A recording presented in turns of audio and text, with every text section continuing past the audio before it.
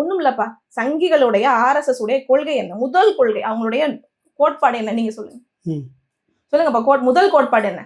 ராஷ்டிரியம், இந்து ராஷ்டிரியம் வேணும், அகண்ட பாரதம், இந்து ராஷ்டிரியம் வேணும், அகண்ட பாரதம், இந்து ராஷ்டிரியம் வேணும் கோரக்கூடியவர்கள் RSS.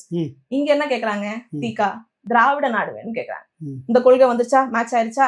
அவங்க வந்து காவியை தூக்கி பிடிக்கிறாங்க, இவங்க கருப்பு தூக்கி பிடிக்கிறாங்க. கலர் மட்டும் தான் வேற, கொள்கை ஒண்ணு, நிறம். ரெண்டு பேருக்குமே தமிழ்நாடு வேணும் அப்படின்றது. ரெண்டு பேருக்குமே தமிழ்நாடு வேணும், ரெண்டு பேருமே ஒண்ணு. இவங்க கிட்டே இருந்து பிரிஞ்சு வந்தவங்க தான் இவங்க, இவங்களுடைய கொள்கை கொண்டவங்க தான் இவங்க. இவங்க வேற, இவங்க வேற இல்ல. அவங்க சவுண்ட் இந்துத்துவா, இவங்க சாஃப்ட் இந்துத்துவா, அவ்வளவுதான். இப்ப இஸ்லாமிய பெண்களுடைய ஹிஜாப் தலையோடையே நிக்கக்கூடியது யாரு அப்படின்னா RSS. சாதி ஒழிப்பு அவரால் தான் அடிச்சு நொறுக்கிட்டாரு அப்படின்னு பேசிட்டு இல்ல. பெண் விடுதலைக்காக ஒண்ணுமே பண்ண கிடையாது. நான் திரும்ப திரும்ப சொல்றேனே, ஒரு RSS காரன் ஒரு ஹிஜாப் தலையோட நிக்கிறாங்க அப்படின்னா சாவர்கருடைய பிள்ளை. இங்க தீகா அதே மாதிரி ஒரு முஸ்லிம் பெண்ணுடைய ஹிஜாபோட நிக்குதுன்னா இவர் பெரியாரின் பிள்ளை, ஈவேராவோட பிள்ளை. இவங்களுக்கு தலைவர் சாவர்கர், இவங்களுக்கு தலைவர் ஈவேரா.